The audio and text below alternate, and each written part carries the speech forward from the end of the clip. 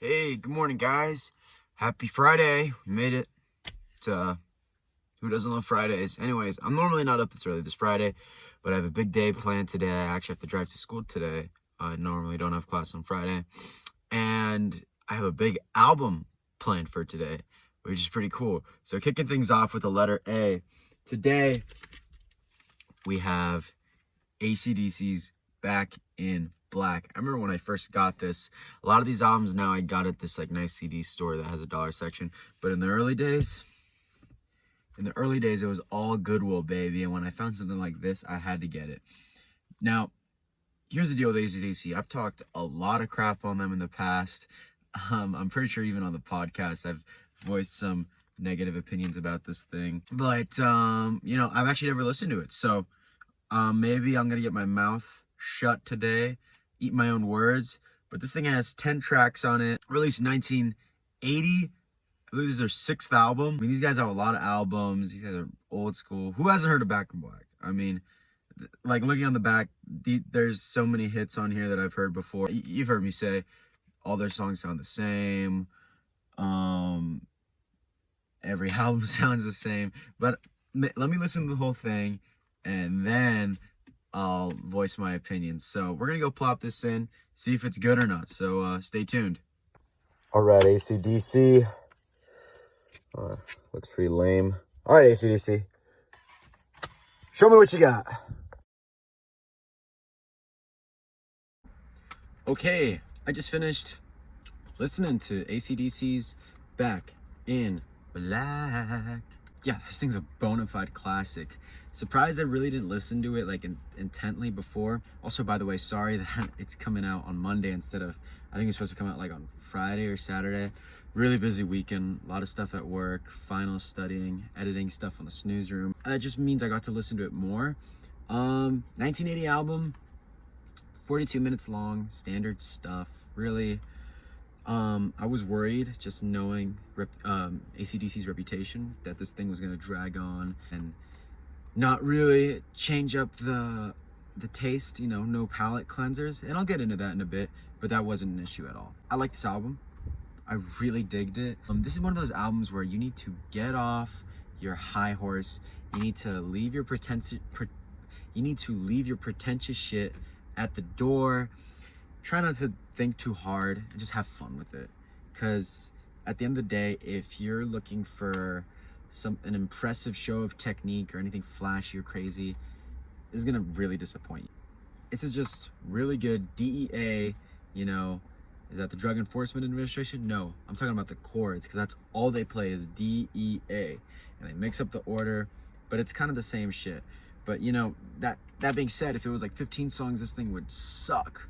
But it's 10 songs, and they do mix it up here and there. It kind of surprised me. Anyways, let's look at some of the tracks. Hell's Bells starts this thing off.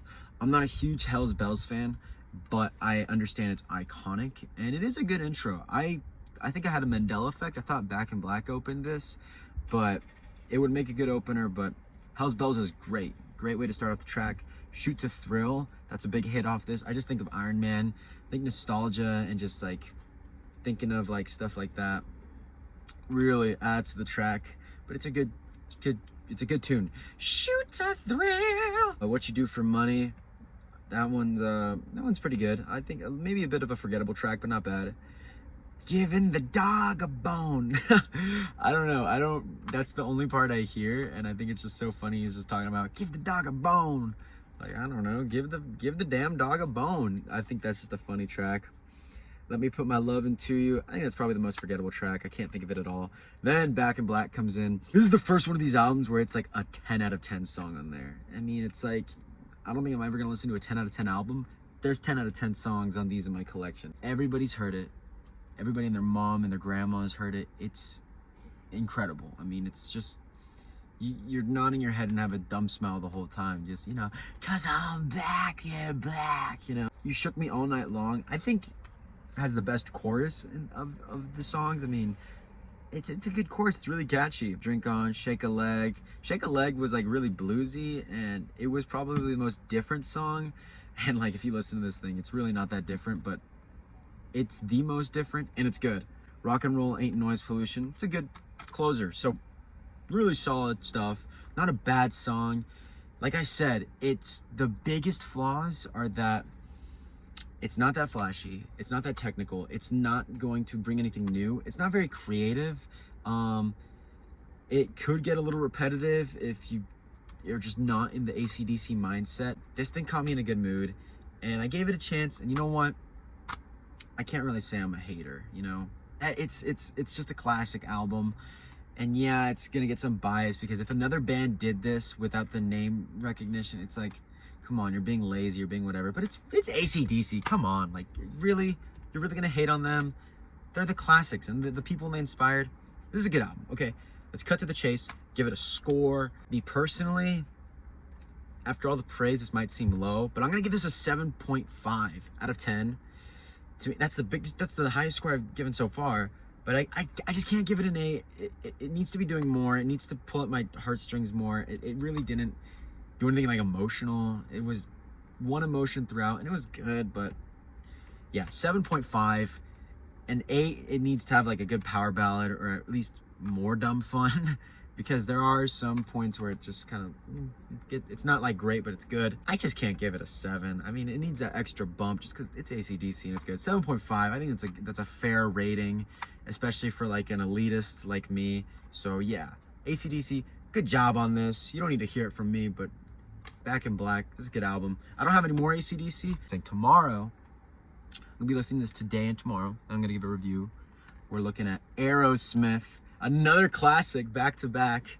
But we're looking at one of their more interesting albums. You know, if I had Aerosmith self-titled, that would be next, but I don't. We're looking at Get a Grip, one of their more lower rated albums. I've listened to it, but I kind of forgot everything on it. So tomorrow, we're gonna see how it holds up. So that's what's up next.